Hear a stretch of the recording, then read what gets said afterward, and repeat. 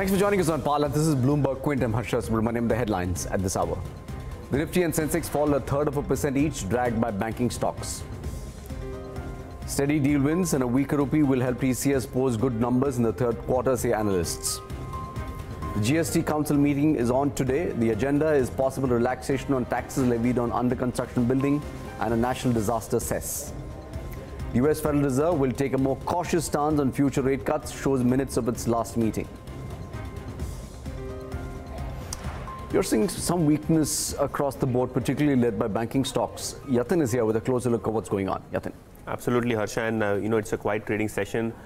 Even if you look at the Nifty, probably the bulls are trying to defend the 10,800 kind of mark. Almost 36, 37 points down on the Nifty right now. It's a quiet day of trading. Advanced decline ratio also, if you look at it on the Nifty, 20 advances to 30 declines. So clearly the market breadth is also quite weak. Of course, on the gaining side, we have the likes of NTPC, UPL, and of course the auto pack. So the likes of Tata Motors, Eicher Motors, and Bajaj Auto are leading, on the Nifty right now. And if you look at the losing side, clearly stocks like HPCL, Axis Bank, Grasim, all of these stocks are correcting in trade probably for 3-4 days in a row now. IndusInd Bank, that stock is reacting to the earnings which came out yesterday during the market hours, 2% down for that one. And of course, the IT stocks are in focus, the likes of TCS, Infosys, all of them will be reporting the numbers in a couple of days from now. TCS comes out with a number today, but almost, flattish is the kind of trading that we are looking at in all of these IT stocks. All right, let's talk about TCS now. The largest outsourcer will kick off IT earnings today. A weaker currency is only one of the factors that's expected to aid TCS's numbers in the third quarter. Agam has put together the estimate of what may be in store in TCS. Agam. Well, Harsha, the Bloomberg mean indicates that we're likely to see about a 2.7% growth sequentially for TCS, but this is in rupee terms. In dollar terms, and this is the Bloomberg Quint estimate, we're likely to see an uptick of around 1.3% quarter on quarter. We're expecting margins to remain largely flattish, perhaps a little bit of an expansion coming in at around 26.6% versus 26.5%, and of course profitability likely to see a little bit of a growth too. But among the key factors that is going to aid TCS is the kind of deal wins that the company has seen, especially in the first 3 quarters of the year of 2018. That, of course, is going to help revenues, and that's also going to will counter the kind of weakness, the seasonal weakness that IT companies usually see because of furloughs coming through. On the other hand, we've seen a lot of volatility in the rupee, but if you take an average of the quarter, the rupee is actually played out in favor of a lot of these IT companies, which is why we may see a little bit of expansion for TCS.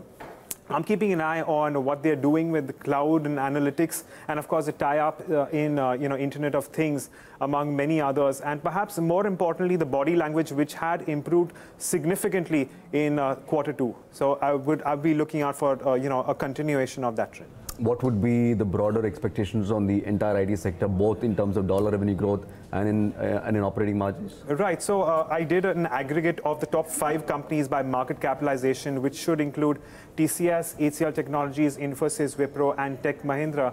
And from what we understand, in terms of growth, we're looking at robust 3.6% growth. Again, in line with TCS, we're likely to see profits grow as much as 3.9% as well, and your EBIT margins largely in line.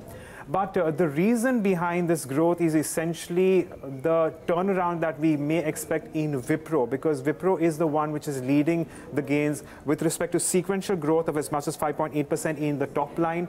And the bottom line is expected to see a rise of around 23%. One might ask, why such a stark difference in Wipro? But that is because of one-offs that the company had in the previous quarter, and that is the reason why we're going to see that big uplift. In terms of, again, the factors that will be playing out in favor of a lot of these other IT companies will largely be the same as TCS. But again, I'm going to keep an eye on the kind of acquisitions that have been contributing to a lot of these companies. And of course, I'm also keeping an eye on margins and how they play out in this particular quarter. Watch out for TCS and the rest of the IT numbers. TCS, of course, will be the first out. Agam, thank you so much for that. We're also watching out for earnings from the country's youngest scheduled commercial bank, that's Bandhan. The lender is expected to report numbers anytime now. Status of IL&FS loans, updates, if any, on the merger with Group Finance will also be very keenly watched. Resolutions have finally begun for stressed power projects. Bankers in the know have told Bloomberg Quinn that lenders have found buyers for 3 of these plants. What do the early trends indicate? Vishwanath Nair joins us with details on which of these projects are and how are the recovery rates looking. Vishwanath. As far as stressed power assets go, the Indian banking industry has been successful in the initial stages of actually going ahead with some of these sales. 3 large power sector assets, which is Prayagraj Power, SKS Power, as well as Lanco Tisa, have all seen sales either through the Samadhan scheme of the bankers or even through the Insolvency and Bankruptcy Code. Now, the average rate of recovery has been between 35 and 54%. However, analysts estimate that this is probably because these were some of the better assets of the lot. A large part of the stressed assets within the power sector seem to be from assets where there aren't enough fuel linkages or power purchase agreements, and also there are a huge cost overruns which make these projects unviable and less attractive to buyers who might be interested in buying them. Moreover, there is a general lack of buyers in the market as well, with analysts estimating that of the 35 to 40 gigawatt worth of power assets that will be on sale, bankers will be able to sell about 8 to 10 gigawatt approximately. Bankers are also expecting that if these assets actually go through with the insolvency and bankruptcy process, they want to of course avert that, but if they end up at the insolvency and bankruptcy process, the average recovery rate could fall to as low as 30%, and therefore that is an outcome that they want to avoid, which is why they have been trying to resolve these assets as early as possible. Vishwanath, thank you for that. Earlier in the day, we also spoke to Prashant Jain, Joint Managing Director and CEO at GSW Energy. He also cites complexities involved in stressed power projects for the slow pace of resolution. He'd rather these assets are resolved under the IBC process, but is open to acquisitions nonetheless. In case of power sector, resolution of 2 assets have happened outside NCLT, which is Prayagraj and SKS Power. And none of the other assets could get the resolution because of the various complexity which are associated with the power plant. I believe that the better way to resolve the stressed assets is through the NCLT process. However, we are open either outside NCLT or within NCLT process. So there has been the delays on this part, but we remain interested in some of the asset. That's for you from GSW Energy. A 2-judge bench of the Supreme Court has ordered Anil Ambani to appear before it in relation to a contempt case filed by Ericsson. The Apex Court had sent notices to Reliance Communications and its chairman, asking them to reply to Ericsson's plea, seeking dues from the telecom operator. In a revised order released on its website, the top court clarified that Mr. Ambani will have to appear in person. Sun Pharma's relationship with its largest distributor in India has cast a cloud over its corporate governance standards. With common stakeholders in both companies, the drug maker classified Aditya Medisales as a related party only in its FY18 balance sheet. This despite Dilip Shanghvi and his family holding majority stake in both companies for at least the last 4 years. Aman Kapadia is standing by to explain how the promoters got away with not disclosing these details earlier. Sun Pharma may have classified Aditya Medisales as a related party only in financial year 2018. But the shareholding as on financial year 2017 shows that 9 promoter entities held majority stake in the distributor. What changed in financial year 2018 was the consolidation in the shareholding, which saw a number of subsidiaries promoted by the Shanghvi family get merged into Shanghvi Finance, an entity owned by Dilip Shanghvi and his wife. But a closer look at the complex shareholding structure of Aditya Medisales will show that the ownership trail of promoter entities went back to Dilip Shanghvi and family at least 3 years prior to the classification. So as the chart shows, Aditya Medisales shareholders, Sholapur Organics, Flamboyant Finance, were held by holding companies. These holding companies were in turn owned by Dilip Shanghvi and family. It actually goes back to 2007, since the first detailed filing available on the BSE website of Sun Pharma. So as per the MCA records, 7 promoter entities of Sun Pharma held 100% stake in Aditya Medisales. Since Aditya Medisales was not declared as a related party before financial year 2018, Sun Pharma shareholders and board had no say in the transaction between the two companies. So Aman, explain this. Aditya Medisales accounts do not necessarily reflect this, the scope and size of distribution, pharma distributorship, does it? Now, Aditya Medisales, as is the case with most distributors, operates on wafer-thin margins, with a sizable assets spread across the country, but its employee expenses seems rather limited when compared to its operations as Sun Pharma's largest distributor in India. So is its electricity bill. As you can see here, Aditya Medisales had revenue of 8,005 crore in financial year 2018, but its power and fuel expenses was just 14 lakhs and employee expense was just 2.2 crores for the whole year. Both Aditya Medisales and Sun Pharma did not respond to our query on how it managed to keep costs so low. Another interesting fact about Aditya Medisales' financials are the trade receivables and payment it made to Sun Pharma in financial year 2018. Now, as per Bloomberg Quint's calculation, Aditya Medisales collected from its wholesalers in 19 days, but paid to its creditors, Sun Pharma, in 42 days. And on historical basis, taking last 14 years data, Aditya Medisales still collected from its customers in 20 days, but paid to creditors in 70 days. So the difference between average collection days and average payment days was 50 days. Now this difference suggests a good working capital position for Aditya Medisales, although the company has borrowings of Rs 600 crore at the end of March 2018. Interestingly, Sun Pharma's related party disclosure shows that the listed company had issued loans to related party, and Aditya Medisales was mentioned as one of the related party in the disclosure. And it also earned a tidy amount from interest income over the last few financial years? It seems from the financial, the company used its working capital and the short-term loan received from treasury operation for advancing intercorporate deposits. As you can see, during last fiscal years, the company has advanced loans and earned interest income out of it. Aman, thank you so much for that. A fascinating story, that one. Urban FMCG distributors find themselves in a spot. Smaller Kirana storekeepers are now choosing to stock up from large wholesalers and cash and carry stores, while consumers are moving to hypermarkets, which deal directly with the producers. A Bloomberg Quint survey conducted across 7 states shows overall volume growth may also ebb in the last quarter.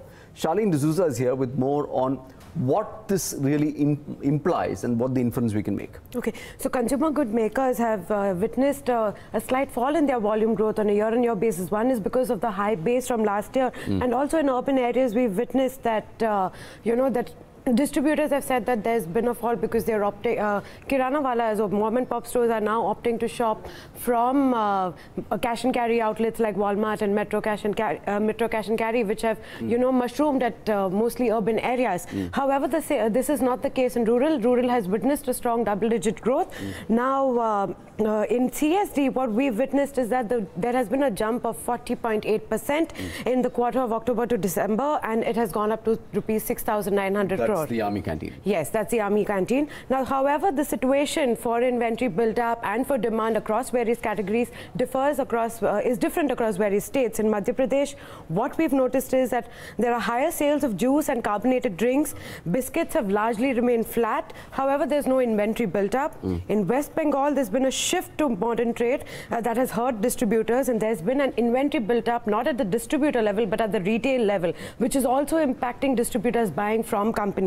Now, in J&K, demand has been down by 10 to 12%.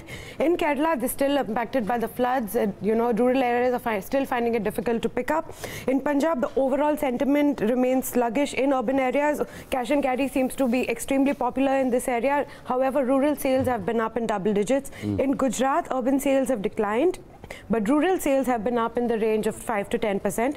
In Maharashtra, urban sales have been more or less flat, while inventory has gone up by 30 to 40% or 8 to 9 days. Rural sales have, however, rose in double digits during the quarter. These are findings of a survey by Bloomberg Quint. Charlene, thank you so much for joining us with those details. The GST Council meets today to take a call on a number of issues, which includes a natural disaster cess, and lower taxes on under-construction buildings. That's a move that's expected to provide relief to the real estate sector in particular. Nikunj Ohri, who's been tracking the meeting, lists out what's on the agenda at this meeting of all the state finance ministers and Arun Jaitley. Nikunj.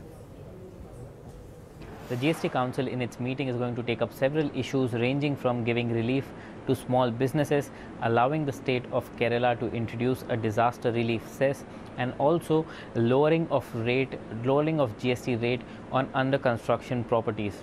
As far as relief to small businesses is concerned, the GST Council is going to take up a proposal to increase the minimum threshold for registering under GST, which currently is rupees 20 lakhs.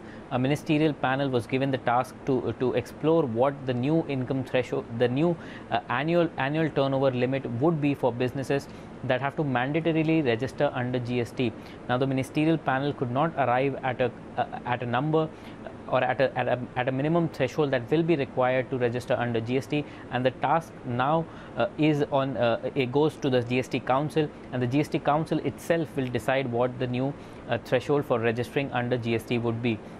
Besides this, the GST Council will also consider introducing the composition scheme, which allows taxpayers to pay a flat GST rate whose annual turnover is up to 1.5 crore rupees, and this composition scheme would be extended to service providers which currently cannot avail the composition scheme. Besides this, a ministerial panel which was also tasked to look into whether states affected by natural calamity can implement or impose a disaster relief cess has submitted its report to the GST Council and has allowed the state of Kerala to impose a 1% cess on the value of goods, and this cess would be for a period of 2 years. And now the GST Council has to give its approval whether Kerala or any other state, in case it's affected by a natural calamity, can levy this disaster relief cess. As far as reducing rates on under construction property is concerned, the GST Council is also going to take up this proposal so that the real estate sector, which is affected because of its sales not picking up on under construction properties, because now customers who plan to buy an under construction property have to pay GST, increasing the cost of the purchase. Over to you. Nikunj, thank you so much for that. The Reserve Bank of India and the government's efforts to help the NBFC sector will be put to test very soon. State Bank of India recently extended a partial credit enhancement facility to PTC earlier this week. This comes at a time when PTC is planning to raise about 2,000 crore from the bond market. Anurag Joshi of Bloomberg News is here with the details of why this is significant. Anurag. All right, so this will indeed be a key test for NBFCs, which had been reeling under a cash squeeze after the IL&FS crisis. And, there have been efforts by the regulator to, prop up liquidity to NBFCs because, cash has been a big problem for NBFCs. So the latest measures to extend the partial credit enhancement to them is another such measure. Now, PTC India Financial is the first one which has managed to get partial credit enhancement from SBI. So the success of this facility about, how it would help alleviate the problem of liquidity for NBFCs and how it would bring down the borrowing costs, bring them to more reasonable level to them, would depend upon, whether more NBFCs are able to go ahead and, and accept this product. Test case in that sense. Yeah, it is a test case. Thanks, Anurag, for that. The Federal Open Market Committee of the FOMC expressed growing concerns about the US economy when it met last month. Minutes show policymakers took a more cautious approach to rate hikes amid volatile stock markets, trade tensions, and signs of slowing global growth. Kathleen Hayes has this report. Remember, after the December 19th meeting, the markets were all excited because they thought the Fed should have indicated more caution and patience on interest rate hikes. Look what the stock market had just done. It had been falling. And instead, the Fed chair came out at the press conference, sounded fairly bullish. And it took this statement, several remarks at a panel on Friday for Jay Powell to signal, no, I see what you're saying, but don't worry, we're already in your camp. And that's what the minutes of the December meeting showed. Listen, a key phrase here suggesting the Fed knows it's going to wait and watch now here in 2019. Many participants expressed the view that especially in an environment of muted inflation pressures, the committee could afford to be patient about further policy firming, patient about further rate hikes. In fact, Eric Rosengren, president of the Boston Fed, considered rather hawkish, in fact, was speaking to our own Michael McKee after a speech in Boston. And he was talking about how the Fed is trying to achieve its dual mandate amidst uncertainty. And he is, I think, implying that he's probably in the mood for more rate hikes, but he knows this may shift. Let's listen to what Eric Rosengren said earlier. My guess is that over time we're going to see that in 2019 the economy is going to be reasonably strong, that the unemployment rate is going to continue to drift down from the 3.9% it is right now, and that the financial markets will recover. But I also realize that my forecasts can be quite wrong, and that the financial markets have such a different view, at least until the last couple days, that it's been quite negative and quite volatile. So I have to take those financial market considerations into account. Two other Fed Bank presidents, Evans from Chicago, Bostic from Atlanta, also indicating that there's a lot of uncertainty. The Fed can wait and assess whether they're going to hike or even cut rates, according to Raphael Bostic. Jim Bullard in the Wall Street Journal, Heidi, apparently saying he's worried the Fed hikes rates too much. They're going to invert the yield curve and they could push the economy over into recession. Kathleen Hayes from Bloomberg News. While India is perceived to be a young nation, we could face a problem of aging population over the next 20 years. That in turn can pose some challenges for the country. This according to a study done by State Bank of India Research. Take a look.